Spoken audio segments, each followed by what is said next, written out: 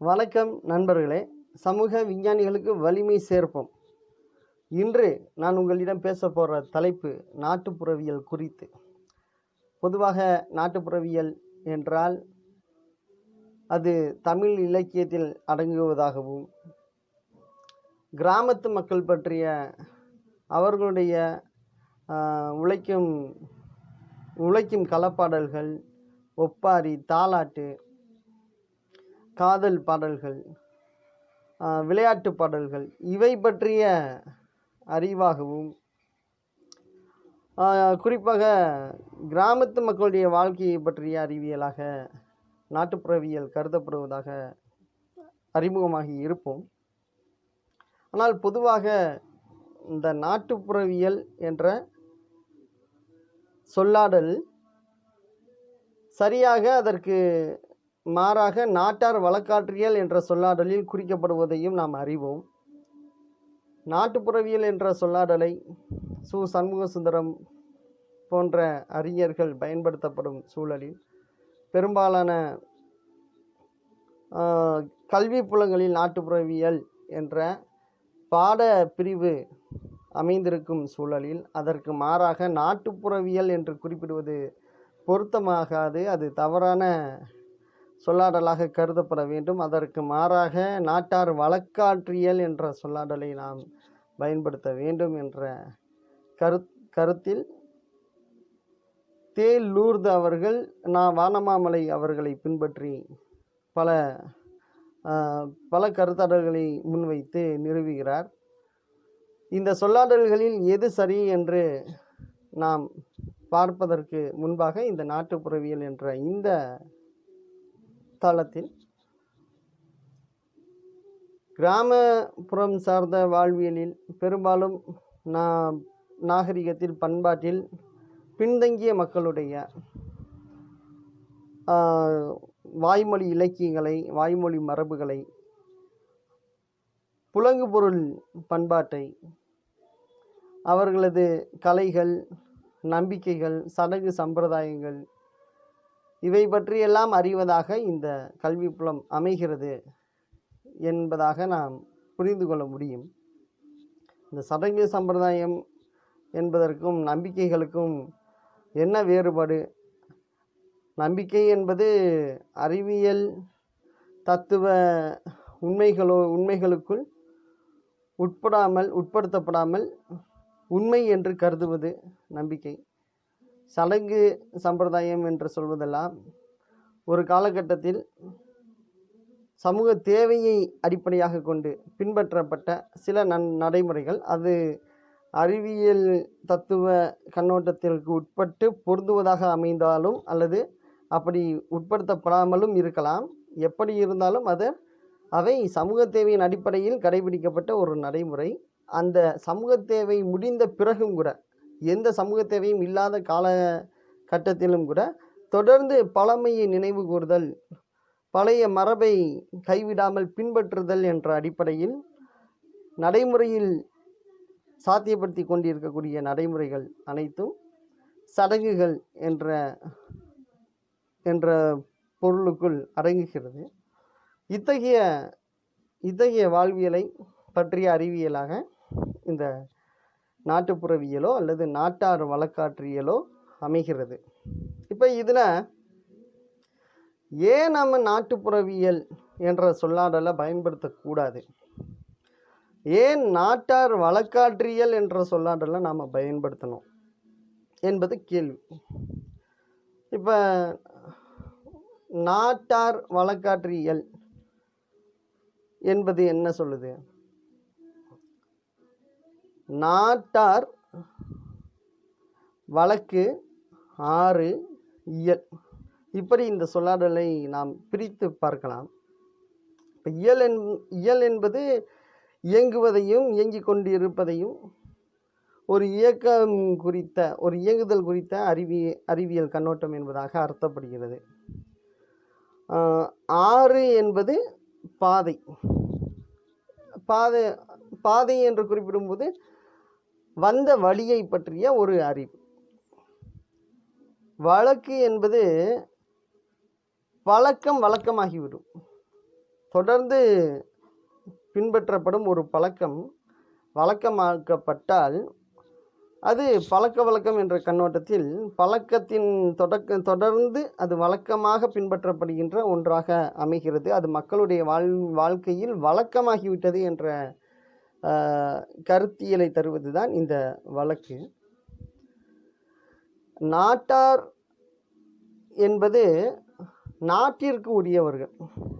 நாட்டிற்கு உரியவர்கள் என்பது நாகரிகத்திற்கு உரியவர்கள், பண்பாட்டிற்கு உரியவர்கள் என்பதாக பொருள்.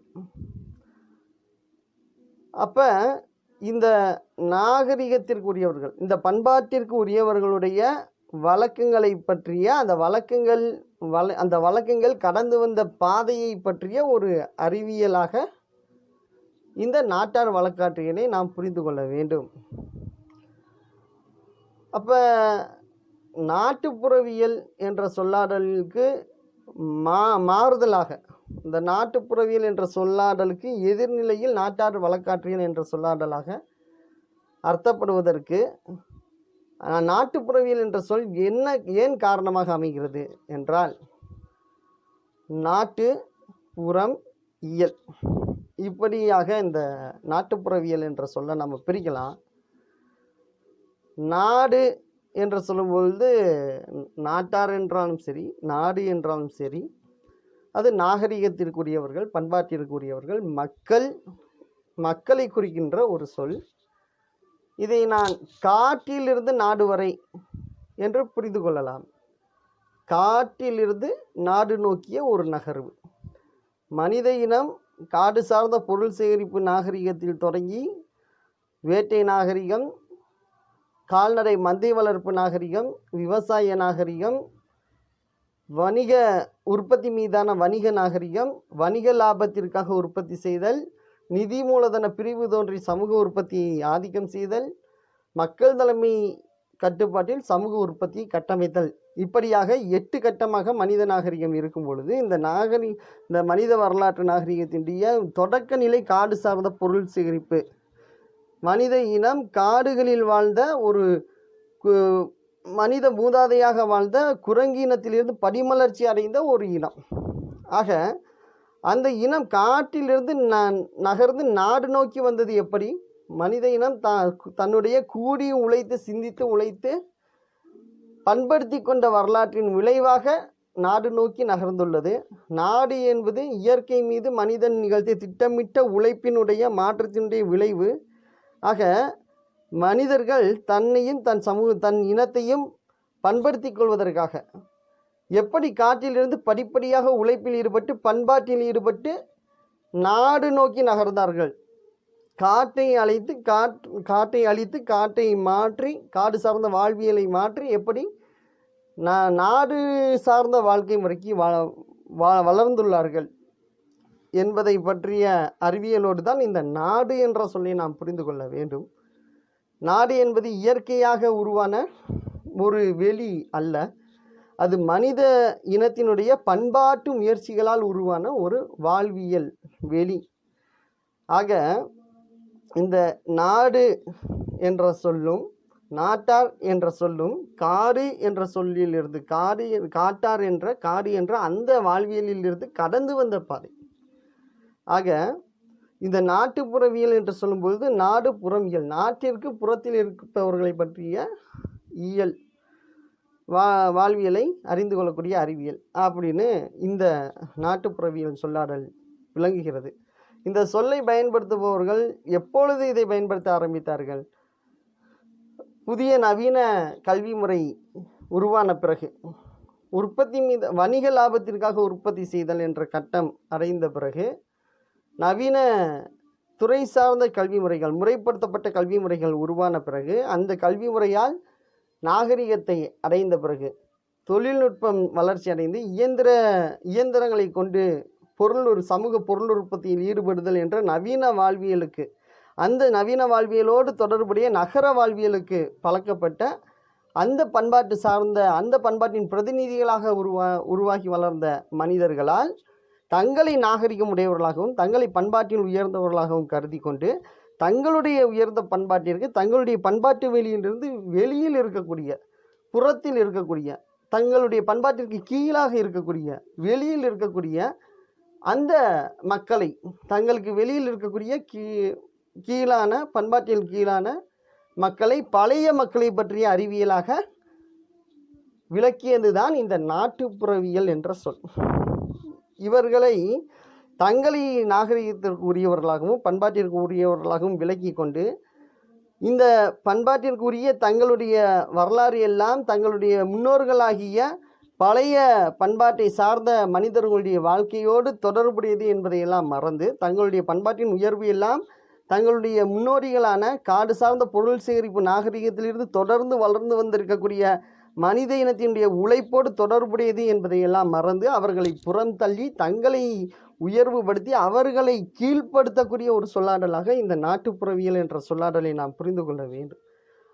ஆக இப்படி தங்களுடைய சக மனிதர்களாக கருதப்பட வேண்டிய பண்பாட்டில் பின்தங்கி அல்லது நவீன பண்பாட்டை அடையாமல் இன்னும் தொன்மை பண்பாட்டோடு தொடர்புடையவர்களாக அதில் அதிகம் பிணைப்புடையவர்களாக இருக்கக்கூடிய மக்களை பண்பாட்டிற்கு உரியவர்களாக கருதப்படாத சொல்லாடலை நாம் புறக்கணிக்க வேண்டும் என்ற அர்த்தத்தில் தான் நாட்டார் வழக்காற்றியல் என்ற சொல்லாடலின்றி அரசியல் அமைந்திருக்கிறது. அந்த நாட்டார் வழக்காற்றியல் தான் சொல்கிறது, நாட்டார் என்றால் நாகரிகத்திற்கு உயர்ந்தவர்கள் என்பதல்ல, இந்த நாகரிகத்திற்கெல்லாம் உரிமை உடையவர்கள். அந்த உரிமையுடையவர்கள் தங்களுடைய தொன்மையான நாகரிகத்தோடு தொடர்புடையவர்கள். நவீன நாகரிகத்தில் இருக்கக்கூடிய தங்களுடைய அனைத்து பண்பாடும் தொன்மையான பண்பாட்டிலிருந்து தொடர்புடையது. அந்த வகையில் தொன்மையான நாகரிகத்திற்கு உரியவர்களாகிய விவசாய நாகரிகம், வேட்டை கால்நடை மந்தை வளர்ப்பு நாகரிகம், வேட்டை நாகரிகம், காடு சார்ந்த பொருள் சேகரிப்பு நாகரிகம், இந்த பண்பாடு சார்ந்த மக்களை, அந்த பண்பாட்டை பிரதிபலிக்கக்கூடிய மக்களை, இந்த பண்பாட்டை கடந்தும் புதிதாக வளர்ந்திருக்கக்கூடிய உற்பத்தி மீதான வணிக நாகரிகம், வணிக லாபத்திற்காக உற்பத்தி செய்தல், இன்னும் இந்த நாகரிகத்தின் அடுத்த கட்டங்களை நோக்கியும் வாழக்கூடிய மக்கள் தங்களுடைய தொன்மையான பண்பாட்டிலிருந்து பிணைப்பை விடுபடாமல் பெற்றிருக்கக்கூடிய அந்த வாழ்வியலை பற்றிய அறிவியலாக விளங்கப்படுவது தான் இந்த நாட்டார் வழக்காற்றியல். ஆக இந்த நாட்டார் வழக்காற்றியல் என்ற சொல்லாடல் நாட்டார் பற்றிய அறிவியலாக நாம் விளங்கி கொள்ள முடிகிறது. நாட்டார் என்பது இரண்டு வகையில் நாம் பொருள்பட முடியும். ஒன்று, பண்பாட்டிற்குரிய மக்களை பற்றிய அறிவியல். இரண்டு, மக்கள் பல்வேறு குழுக்களாக வாழ்ந்து கொண்டிருக்கிறார்கள் என்ற அடிப்படையில் ஒரு குறிப்பிட்ட சமூகத்தை பற்றிய அறிவியல். குறிப்பிட்ட சமூகத்தை நாட்டார் என்ற சொல் குறிக்கிறது என்ற அடிப்படையில் அவர்களை பற்றிய அறிவியல் என்பதாகவும் அர்த்தப்படும். நாம் சமூகம் என்று குறிப்பிடும் பொழுது சமுதாயம், சமூகம் என்ற சொல்லுக்கு இடையிலான வேறுபாட்டை புரிந்து கொள்ள வேண்டும். சமுதாயம் என்பது ஆயம் என்றால் கூட்டம் என்ற அர்த்தம். சமுதாயம் என்றால் சமூகத்தின் கூட்டம். பல்வேறு சமூகங்களை கூட்டமாக இணைத்து அர்த்தப்படுத்துகின்ற ஒரு சொல்லாடல். பல சமூகங்களின் கூட்டத்தை குறிப்பிடக்கூடிய சொல் சமுதாயம். சமூகம் என்று சொன்னால் ஒரு குறிப்பிட்ட சமூகத்தை குறிப்பது. ஆனால் ஒரு லட்சிய உணர்வோடு, சமூக விஞ்ஞான லட்சியத்துடன் நாம் இந்த சமூகம் என்ற சொல்லை பயன்படுத்தும் பொழுது பல இடங்களில் சமுதாயம் என்ற சொல்லுக்கு இணையாக சமூகம் என்ற சொல் பயன்படுத்தப்படுகின்றது. அதனுடைய நோக்கம் என்னவென்றால், எத்தனை தனித்துவமான வேறுபாடுகளை மனித இனம் பெற்றிருந்தாலும் கூட, இனத்தாலும் இரத்தத்தாலும் பல்வேறு குழுக்களாக மனித இனம், நிலத்தாலும் பல்வேறு சூழல்களாலும் மனித இனம் பிரிந்து வேறுபாடுகளை உணர்ந்து வாழ்ந்தாலும் கூட, அதையெல்லாம் கடந்து மனிதர்கள் உழைப்பால் ஒன்றுபட்டவர்கள்.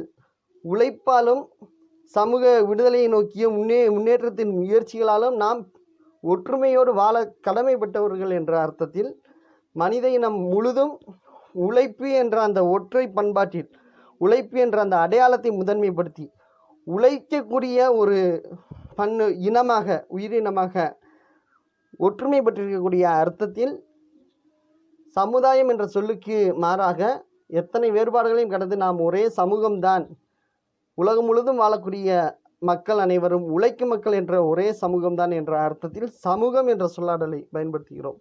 சமுதாய விஞ்ஞானம் என்று சொல்வதில்லை. சமூக விஞ்ஞானம் என்ற சொல்லாடலை தான் நாம் பெரும்பாலும் பயன்படுத்துகிறோம் அரசியல் கண்ணோட்டத்தோடு.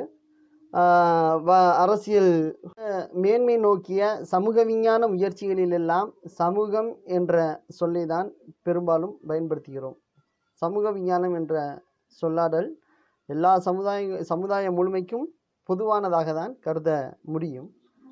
அந்த வகையில் இந்த நாட்டார் வழக்காற்றியல் என்ற சொல் சரியானதாகவும் நாட்டுப்புறவியல் என்ற சொல் சரியற்ற பொருத்தமான சொல்லாடல் கிடையாது என்ற அர்த்த நிலையிலும் இருந்து மனித நாகரிகங்களில் இந்த நாட்டார் வாழ்வியலில் உள்ள வழக்கங்களை பண்பாட்டை நாம் கவனத்தில் எடுக்கும் பொழுது சமூக மேன்மைக்கு பயன்படக்கூடிய பண்பாடுகளும் உள்ளன. சமூக மேன்மைக்கு புறமாக அதற்கு எதிராக சமூக தேக்கத்திற்கு சாதகமான பண்பாடுகளும் உள்ளன. ஆக சமூக தேக்கத்திற்கு உரிய பண்பாடுகள் எவை என்பதை இனம் காண்பதற்கும் அவற்றை ஒழிப்பதற்கு தேவையான அந்த திட்டமிடலுக்கு வாய்ப்பாகவும் நாட்டார் வழக்காற்றியலை நாம் பயன்படுத்தி கொள்ள முடியும். சமூக மேன்மைக்கு பயன்படக்கூடிய பண்பாடுகள் எவை என்பதை இனம் கண்டு அவற்றை போற்றி பாதுகாக்கவும் சமூக மேன்மையை நோக்கி ஊக்கம் பெறுவதற்கான பண்பாடாக அவற்றை ஏற்கவும் நமக்கு நாட்டார் வழக்காற்றியல் வாய்ப்பாக அமைகிறது. அந்த வகையில் சமூக மேன்மைக்கான சமூக விஞ்ஞான முயற்சிகளில் நாட்டார் வழக்காற்றியலின் பங்கு ஆகச் சிறந்ததுதான் என்ற கருத்தியலோடு இந்த சந்திப்பை நிறைவு செய்வோம். நண்பர்களே, சமூக விஞ்ஞானிகளுக்கு வலிமை சேர்ப்போம். மீண்டும் சந்திக்கலாம். நன்றி.